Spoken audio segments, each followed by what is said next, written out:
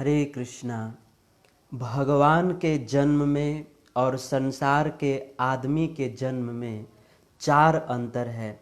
सबसे पहला, संसार का आदमी किस माँ के गर्भ से जन्म लेगा, यह संसार का आदमी चुनाव करने के लिए स्वतंत्र नहीं है।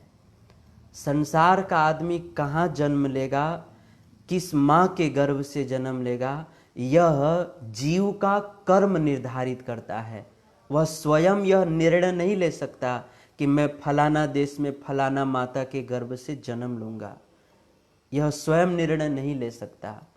तो संसार का आदमी किस माँ के गर्भ से जन्म लेगा, यह निर्णय लेने के लिए स्वतंत्र नहीं है।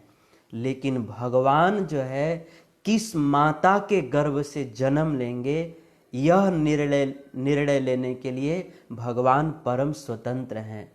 कि भगवान माता देवकी के गर्भ से जन्म लेंगे या भगवान माता कौशल्या के गर्भ से जन्म लेंगे या किसके गर्भ से जन्म लेंगे, यह निर्णय लेने के लिए भगवान परम स्वतंत्र हैं। भगवान जो है माता कौशल्या के गर्भ से अपने कर्मवश जन्म नहीं लिए। भगवान माता कौशल्या के गर्भ से अपने इच्छा से जन्म लिए। अर्थात भगवान ने माता कौशल्या के गर्भ से जन्म लेने के लिए इच्छा व्यक्त किया और उनसे जन्म लिए। तो भगवान जो है किस माँ के गर्भ से जन्म लेंगे, यह चुनाव करने के लिए भगवान स्वतंत्र हैं। तो ये भगवान के जन्म में और संसार के आदमी के जन्म में ये पहला अंतर है। और दूसरा अंतर यह है कि संसार का आदमी, संसार का जीव जब किसी माता के गर्भ में प्रवेश करता है तो उस समय उस गर्भवती माता को बहुत पीड़ा का अनुभव होता है, बहुत कष्ट का अनुभव होता है। और प्रसव के समय में भी बहुत पीड़ा का, अपार पीड़ा का अनुभव होता है। कभी कभी तो कितनी माताओं को इतना प्रसव पीड़ा का अनुभव होता है, प्रसव के समय बच्चे को जन्म देते समय इतना दर्द का अनुभव होता है कि कितनी माताएं तो अपना प्राण त्याग देती हैं, मर जाती हैं, उनको इतना पीड़ा होती है।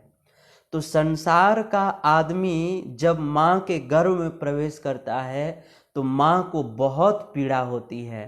लेकिन भगवान जब किसी माँ के गर्भ में प्रवेश करते हैं तो उस समय उस माता को कोई भी कष्ट नहीं होता, उस माँ को प्रसव का पीड़ा भी नहीं होता है।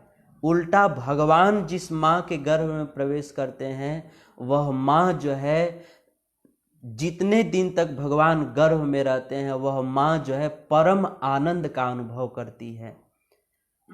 जैसे रामायण में वर्णन है कि जा दिन ते हरि गर्भ ही आए, सकल लोक सुख संपत्ति छाए। रामायण में वर्णन है कि जब भगवान राम माता कौशल्या के गर्भ में प्रवेश किए, उसी दिन से स्वाभाविक ही माता कौशल्या जी 24 घंटा प्रसन्न रहने लगी। उनके मुख पर जो है 24 घंटा प्रसन्नता की ललिमा छाई रहती थी, हमेशा प्रसन्न रहती थी।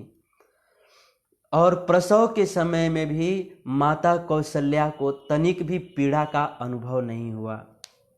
तो कहने का मतलब यह है कि संसार के जीव के जन्म में और भगवान के जन्म में ये दूसरा अंतर है कि संसार का जीव जब जन्म लेता है तो माँ को बहुत पीड़ा होती है, लेकिन भगवान जब किसी माँ के गर्भ में प्रवेश करते हैं या जन्म लेते हैं तो उस माँ को तनिक भी पीड़ा का अनुभव नहीं होता है। तो ये दूसरा अंतर है। और तीसरा अंतर यह है कि संसार का जीव जब जन्म लेता है तो जन्म लेने के बाद जो है उसके शरीर पर एक भी वस्त्र नहीं होता है। आदमी निर्वस्त्र जन्म लेता है, कुछ भी लेकर जन्म नहीं लेता। लेकिन भगवान जब जन्म लेते हैं तो भगवान के हाथ में शंख चक्र गदा और पद्म होता है। अर्थात भगवान शंख चक्र गदा पद्म को धारण करके जन्म लेते हैं। और भगवान जब जन्म लेते हैं तो संसार का आदमी तो जन्म लेता है तो उनके गुप्त अंग को ढकने के लिए एक लंगोटी भी नहीं होता, लेकिन भगवान जब जन्म लेते हैं तो अपने कमर में जो है पीला पीताम्बर धारण करके जन्म लेते हैं। उनके पाँव में सुंदर पायल होता है, उनके गले में सुंदर बनमाला होती है, फूलमाला होती है, उनके कानों में सुंदर मकराकृत कुंडल होते हैं। संसार का बच्चा जन्म लेता है तो उसके सिर पर लगभग बाल नहीं होते हैं, लेकिन भगवान जब जन्म लेते हैं तो उनके सिर पर बहुत सुंदर घुंघराले बाल होते हैं और उनके मुख में सारे दांत विद्यमान होते हैं। तो इस तरह से संसार के जीव के जन्म में और भगवान के जन्म में ये तीसरा अंतर है कि संसार का जीव निर्वस्त्र जन्म लेता है, परंतु भगवान जो है वह समस्त आभूषणों को धारण करके तब जन्म लेते हैं। तो ये तीसरा अंतर है। और संसार के जीव के जन्म में और भगवान के जन्म में चौथा अंतर यह है कि संसार का जीव जब जन्म लेता है तो उसको अपने खुद का भी पता नहीं होता है कि मैं कौन हूँ, मैं कहाँ से आया हूँ। इसीलिए जन्म लेते ही सबसे पहले बालक जो है रोता है और कहता है कहाँ कहाँ कहाँ, मतलब मैं कहाँ आ गया, कहाँ आ गया। तो संसार का जीव जन्म लेता है तो उसको अपने विषय में ही कुछ पता नहीं होता है, लेकिन भगवान जब जन्म लेते हैं तो उनको अपने विषय में संपूर्ण जानकारी होती है। यहाँ तक कि रामायण में वर्णन है, भागवत में वर्णन है कि भगवान कृष्ण का जब जन्म हुआ तो जन्म लेते ही भगवान कृष्ण ने अपने माता पिता के पूर्व जन्म के 3 जन्म पूर्व की सारी कथा उनको बता दिए कि आप पिछले जन्म में ये थे, उसके पिछले जन्म में आप ये थे, आपका ये नाम था, सब कुछ बता दिया। और रामावतार में भी भगवान राम जन्म लेते ही माता कौशल्या को उनके पूर्व जन्म की पूरी कथा सुना दिए, पूरा इतिहास सुना दिए कि आप पूर्व जन्म में मनु और शत्रुपा थे।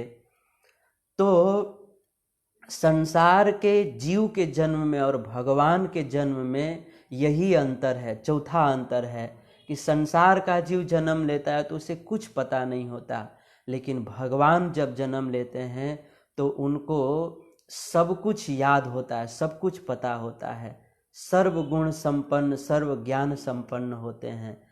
तो संसार के जीव में और भगवान के जन्म में, संसार के जीव के जन्म में और भगवान के जन्म में ये 4 अंतर है। इसीलिए हमें जो है कभी भी संसार के जीव के जन्म को और भगवान के जन्म को एक समान नहीं समझना चाहिए। कई लोग कहते हैं कि अरे आज राम जी का जन्मदिन है तो राम जी भी तो हमारे ही जैसे थे, मनुष्य ही तो थे, उनका भी जन्म हुआ, वो भी स्त्री के विरह में रोए, वो भी रावण से झगड़ा किए, मारपीट किए, वो भी तो हमारे जैसे ही थे, ऐसा लोग कहते हैं। परंतु वास्तव में भगवान के जन्म में, उनके कर्म में और संसार के जीव के जन्म और कर्म में बहुत अंतर है। हमारे गीता में भगवान कहते हैं जन्म कर्म चमे दिव्यम एवं यो वेत्ति तत्वतः त्यक्त्वा देहम पुनर्जन्म नैति मामेति सो अर्जुन।